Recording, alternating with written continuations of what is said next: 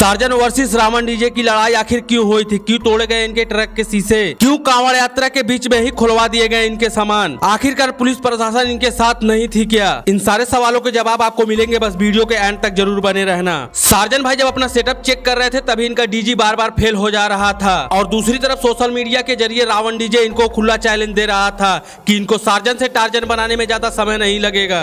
Surgeon भाई का setup इतना तगड़ा था कि इनका जनरेटर बार बार फेल हो जाता था। फिर सार्जन भाई ने 500 केबी का जनरेटर मंगाया। उसके बाद इनका टेस्टिंग सक्सेसफुल हुआ। टेस्टिंग करने के दौरान वहाँ पे भीड़ काफी ज्यादा हो जा रही थी, इसी वजह से कांवरियों को ज्यादा दिक्कत हो रहा था और सार्जन भाई को पुलिस प्रशासन ने आगे बढ़ा दिया वहाँ से और सार्जन भाई का सेटअप बंद होकर धीरे धीरे आगे बढ़ रहा था और आगे बढ़ते बढ़ते सुबह के 4 बज गए थे और अब यही से शुरू होता है रावण डीजे का दहन। और सार्जन भाई जैसे ही धीरे धीरे आगे बढ़ रहे थे और पीछे से रावण डीजे इनको उकसा रहा था, खराब जनरेटर, हाय हाय, बेकार डीजे, हाय हाय। अगर आप शेर को उंगली करोगे तो शेर आपको छोड़ेगा नहीं, ये तो सबको पता है। तभी सार्जन भाई ने अपने दुल्हनिया का घूंघट उठाया और गाड़ी रावण डीजे के पास लाके लगा दिया और कुछ देर लड़ने के बाद रावण डीजे ने हार गया। तभी सार्जन भाई ने कहा, आपका 25-75 बेस कहाँ गया? फूक गया का? लोकल माल है क्या? और कुछ देर कंपटीशन होने के बाद अब कंपटीशन हो रहा है तो इशारेबाजी तो जरूर होंगे। रावण डीजे जब हार रहा था तो उधर से इशारेबाजी हो रहे थे और यही रावण डीजे बर्दाश्त नहीं कर पाया और मारपीट पे उतर आया, लठ निकालने की बात करने लगा और लठ इन्होंने निकाल भी लिया